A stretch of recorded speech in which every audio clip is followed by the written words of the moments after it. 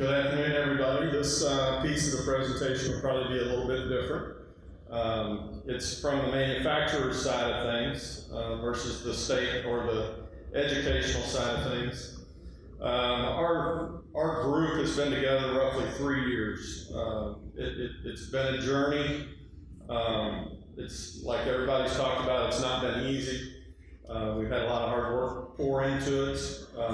But it started out with just me as a manufacturer, the mayor of Scottsburg, Bill Graham, Joe Pearson, Robert Peacock from the EDC, and some of our high school educational providers. Trying to figure out what it is, where were the gaps, where were the skills gaps that we had with employees. I was the new guy on the block. We had just moved into Scottsburg in 2016. After those first few communications, it was evident very quickly that it was much bigger than talking to the high schools. We decided that we needed to reach out to other manufacturers. The group went from 4 or 5 to 15 or 20. I think our email distribution list for our RMA right now is probably somewhere around 25. And we just sat down with all the other manufacturers and partners to try to figure out what is it that we needed from a training standpoint. What things was the manufacturing base struggling with? And during those conversations, we quickly identified a few areas that we were needing some help. No different than anybody else probably in the state. We needed help with our technical support. Very difficult to hire maintenance folks, very difficult to hire machinists. Our leadership was one that we were in need of as well. Most all of our manufacturing sites try to promote from within, do the right thing to grow our plants, but they lack skills. They lack the leadership skills. The third area was quality. So we started with those 3 areas. We put together a process to develop some training to try to identify exactly what we needed. We built a process that we feel like works. We've got a very collaborative group. During the process, we wanted to make sure that everybody had a say. We didn't want one partner or one manufacturer going overboard and forcing training that other partners didn't need. So the first piece I owned the technical training piece. We took it back, we developed an outline of what we felt like the group needed. We brought it back to the group, we met over it, we discussed it. Everybody was in agreement that was a good starting point. Then we took that to a local provider. No different than any local provider that you start with, most of the time they will tell you, I understand what you need, this is what we have, can you make that work? No, we can't make that work. That's not what we want. This is what we want this outline. Can you build that curriculum around it? The provider agreed, we started that training. I think we had 10 people in the first training class. It was 15 weeks long. And all of our training classes are designed to be able to have an immediate impact. We're not looking for something that's 6 months long. We're not looking for something that's a year long. These training courses were built and designed for 15, 16 weeks, give us that baseline knowledge that we need to get them on the floor that makes a difference right away. The next piece of it was the leadership training, and our partner that wasn't here today, Mike Murray, his group at ATA, they owned that particular development and curriculum. The third piece was quality, and another partner, American Plastics, they owned the development of that curriculum because they had the biggest need. Went through the same process of bringing it back to the group, making sure the group was in agreement, working with the provider, and we followed that process very strictly. A few other things that we did during the process is we invited all of the manufacturing base, any person that had people in that class that were thinking about sending people to a class, they had the option to go to that class and sit through some of the instruction. critique the instructor of that particular program. The next piece we did is we wanted to make sure that we critique the training. So at the end of the training, the last day, I personally went in, critiqued the training, talked to every person that went through the training. What can we do different? Is there anything that you want more of? Is there anything that you want less of? And then once we got that information back, we talked about it amongst ourselves in the group. If we felt like we needed to make changes with instructor or curriculum, we did that. And we did that before we ran another class to make sure that, you know, we were listening to what our employees said and providing them with what they felt like they needed. And then the last piece of the process is celebration.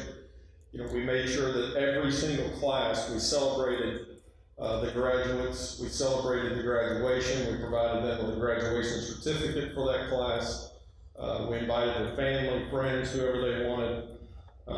You know, all the manufacturer representation was there, and city government, and we made a big deal out of it because it's a big deal. It's a big deal. Some of these folks, the last experience they may have had would have been was 20 years ago in high school, and the experience wasn't that great. You know, so there was a lot of fear and angst when they started to go back through these classes and they found out, hey, you know, this is something that I can really do. We've had folks go on to do more training because of this most recent experience they've had. So that's our process. I think this is our results. So we've had 1,092 trainees since classes have started. We started our first class in February of 2017. So since 2017, we've had almost 1,100 people go through training in little bitty Scott County, one of the 5th smallest counties in the state. So I wanted our presentation to be a little bit different and make sure you understand. If we do what all the presentations that we've had today, and we put that in practice, this is what happens. You know, we've got certificate programs. We are working with the schools. We've got advanced manufacturing training. We're working with IDOC, so we've got offenders that are coming back, trying to help them get the skills that they need to be reintroduced. You know, and I don't know how many manufacturers or employers do we have? We've talked about unemployment rates, 3.3% unemployment rates. I would encourage you, if you're not already doing so, you need to engage in something other than traditional hiring. You need to penetrate those high schools. You need to look to IDOC and look for different avenues. These folks, they need that opportunity as well. We started a senior to hire program where I work, and we set aside a group of 8 to 10 places every year. We hire those kids right out of high school. And through this training, we've already had 2 of those kids that were promoted into a maintenance position and 1 promoted into an entry-level leadership position. So they're bright kids, they want to work, they just need an opportunity. What's the next slide? So here, I may have to turn around for this. So these are the keys of how we made it work. You know, you got to start with a foundation that's solid, and it has to be cross-functional. You can't, there's not one single piece of what we did that we could extract out of it and still have the same level of success that we've had. So, you know, you have to have an employer base. When you engage the public, they have to be collaborative. They cannot compete with one another. It's just not going to work. You know, and that'll remove the fear and build some trust in the group. You have to have 2 to 3 members that are willing to step up. The company that I work for and the company that Mike Murray worked for, we stood forward and said, hey, we believe enough in this that we will put the financial investment in to keep the program running for the next 2 years. We'll fill the classes for the next 2 years, and make sure that we've got a solid foundation in order to make it work. Make sure you have the right person. So when you're going and looking at public partnerships, make sure you have the right person. You can see that at the bottom. The right person is the person that signs the check. You don't need a person in the group that says, yeah, we'll commit to 10 people to train, and then the next thing you know, it's like, well, I have to go back and get approval for that. Don't do that. It just stalls you out. Get the person that signs the check. If you don't have the person that signs the check, he's the wrong person to be in there. Understand your needs, specific to where you're at. What are the needs? Make sure that it's focused on areas beyond manufacturing. So we intentionally chose leadership and quality in addition to our technical training because we wanted the foundation to be there so that when we expanded, healthcare needs technicians, retail needs leadership. So we intentionally built that in so that as we expanded, we could bring more groups in. Right now, we're the Regional Manufacturing Alliance, but we're open to have the local hospital, the Walmart, the distribution centers. They need the same stuff we need. The next piece is the location. We're very fortunate that we have a mayor, Mayor Bill Graham, who had the foresight and the initiative to purchase a facility with the intent of promoting entrepreneurial opportunities and training. It's very centrally located, which is key. It's 1.6 miles off the interstate, right in Scottsburg, Indiana. It's a lot of folks from the lower part of Region 10 and even Metro Louisville. It seems like it's an eternity away, but it's 20 minutes. It's 20 minutes to get to that facility. The next piece is it needs to be neutrally operated. And I say that because if it's not, then you're going to have that competition. You're going to foster that competition, and it can't be that way. You can't have any level of competition amongst your group, your employers, your providers. They all have to be there for the same reason, and that's to make sure that you're getting the right training to the right people. It doesn't matter who does the training. Now, I know that's tough for some folks to swallow, but it really doesn't matter as long as it's quality, good quality training. The last piece of success is you have to have it at every level. So you can see that we've got Brian has been to several of our meetings, Lisa Metcalf, Ricky Reeves at the state level. The regional level, Ron McCulloch again, Linda Gilray. The county level, we've got involvement from the EDC, Scott County EDC, the Mid-America Science Park, all of our training partners. So we've been involved with Purdue MEP, Ivy Tech, Vincennes as training providers. And then at the local level, we've got support from the top dog in the city. So again, you have to have that person that's willing to sign the check or that has the ability to sign the check. So Mayor Bill Graham has been instrumental. The Scottsburg Redevelopment Commission has appropriated hundreds of thousands of dollars to put manual milling and lathes and CNC equipment in our lab. They've also put equipment in there for advanced manufacturing classes. So they also see the need. But it's not, you can't just see the need, you have to be able to sign the check and make the commitment, spend the money to do what you need to do. And the local school administration. I've not had one single school in Scott County or any county that I've went to. I've actually went to Washington County as well. I've not had one single school tell me that they would prefer I not come and talk to their kids. I go every single year. I talk to all the seniors at Scottsburg High School. I talk to the entire high school student body at Austin High School to make sure that they understand there are opportunities out there to work. and make a career. There's opportunities out there to work and have a career and go to school through tuition reimbursement, or take training like we're utilizing at the science park.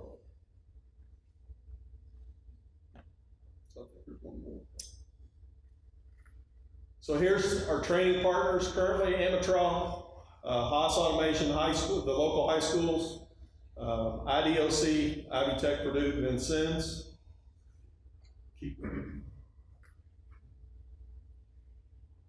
And our focus going forward is the same focus that all of you have, is to try to reach a larger audience, and then we are making an attempt to align our workforce training deeply into the school, all the way back to elementary and middle school. So that's our focus for our group moving into 2020. Questions? Great, thank you so much. I want to see them. We want absolutely, please. Yeah. According to my clock, we have a few minutes left here. Sure. Roughly 3. Joe, would you like to say anything? I know just kind of talk about the role you play for the American Science Park. Yeah, one of the things I want to say if we're on here is that Mayor Graham had a vision. Wendy Dan, I see you sitting out here. You were involved. Mayor Graham started with the vision of this center in 1999. So it's been 20 years. It took us over 11 years to get it built. But one of the things he wanted was workforce development, and how do we engage that? Today we are in such a tight labor market that the here and now, what we do this morning with Craig, has to be impacted in the afternoon. The other balance that I would ensure when you build training centers, we're in an area where we have smaller companies. We may get 2 or 3. How do we put that together? If you want a model for an RMA, get a hold of Craig. Craig can walk you through.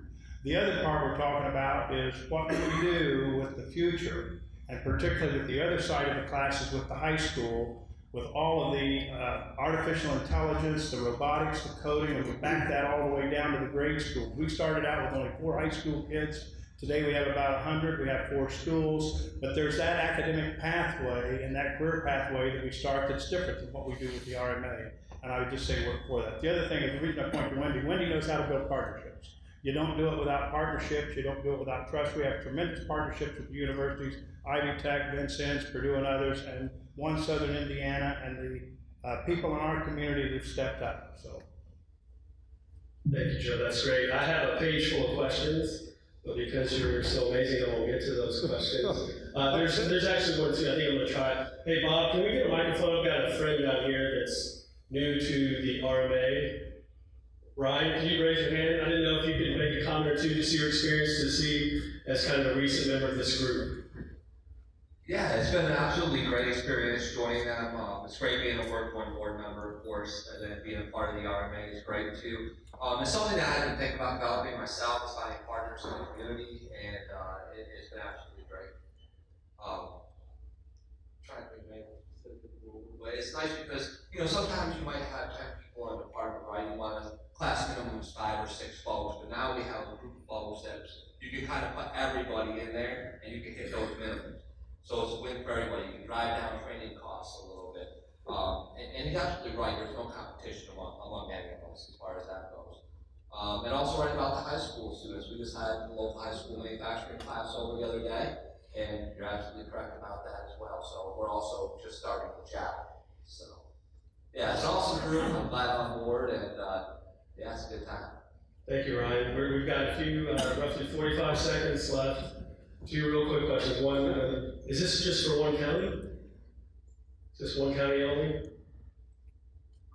Evidently, the consensus thinks that it is one county.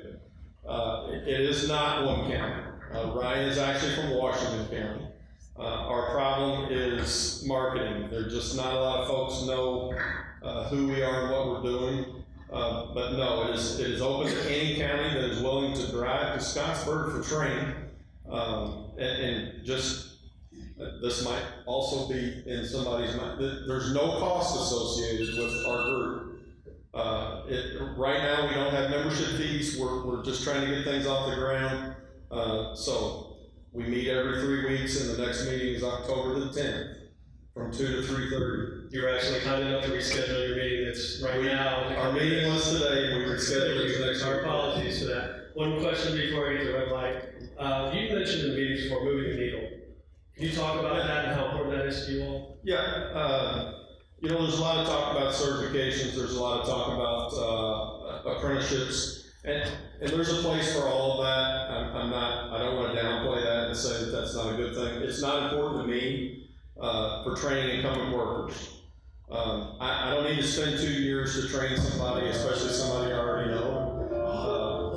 We're getting music off of the stage. So the other piece is the training that we do, they apply that training the next day, right there on the floor. So